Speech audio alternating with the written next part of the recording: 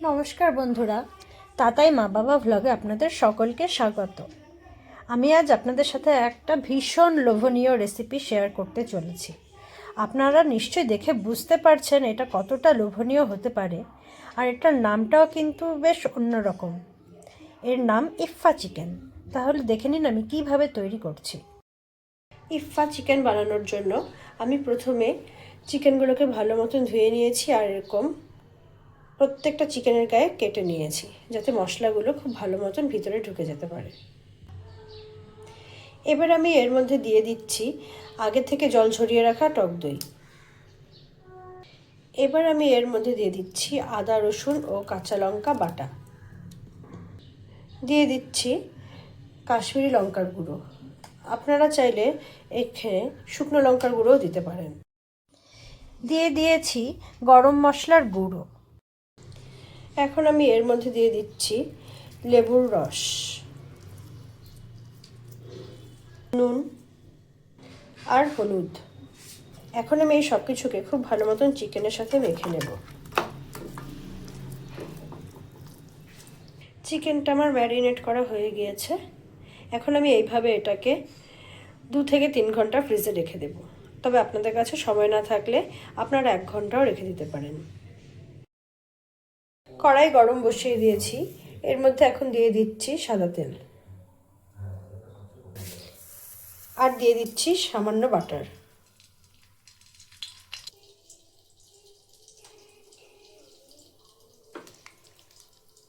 এখন আমি চিকেনগুলোকে মশলা সহই দিয়ে দিব এই তেলের মধ্যে।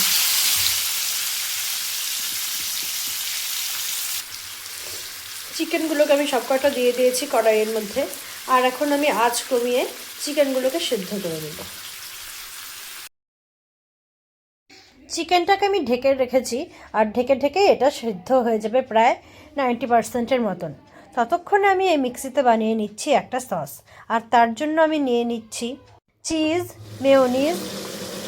আমি কিছুটা দুধের সর এর মধ্যে দিয়ে দিচ্ছি, তবে আপনাদের কাছে ফ্রেশ ক্রিম থাকলে আপনারা ফ্রেশ ক্রিমও দিতে পারেন। দিয়ে দিচ্ছি একটা ডিমের সাদা ভাগ। মনে রাখবেন এখানে কিন্তু ডিমের কুসুম দেওয়া চলবে না।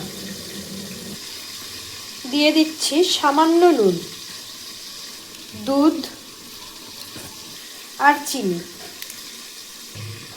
এখন আমি মিক্সিতে একটা পেস্ট বানিয়ে নেব। দেখতেই পাচ্ছেন সসটা আমার তৈরি করা হয়ে গিয়েছে, আর সসটা কিন্তু বেশ ঘনই হবে, ঠিক এরকম। এদিকে আমি চিকেনটাকেও উল্টে দিয়েছি। এবার অন্য পাশটাকেও ঠিক আমি একই রকমভাবে সেদ্ধ করে নেব।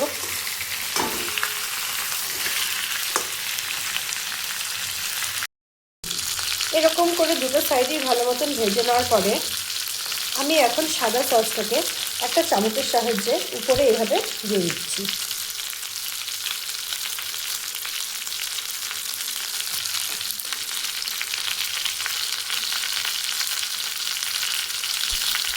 এবার আমি এটাকে আবার কিছু সময় ঢেকে রেখে দিব। তৈরি হয়ে গিয়েছে আমার ইফফা চিকেন। এখন আমি গ্যাস বন্ধ করে দেবো, আর পরিবেশন করে ফিরে আসবো আপনাদের সামনে। দেখতেই পাচ্ছেন কতটা সুন্দর হয়েছে দেখতে, আর আমি উপর থেকে একটু ধনেপাতা কুচিও ছড়িয়ে দিয়েছি।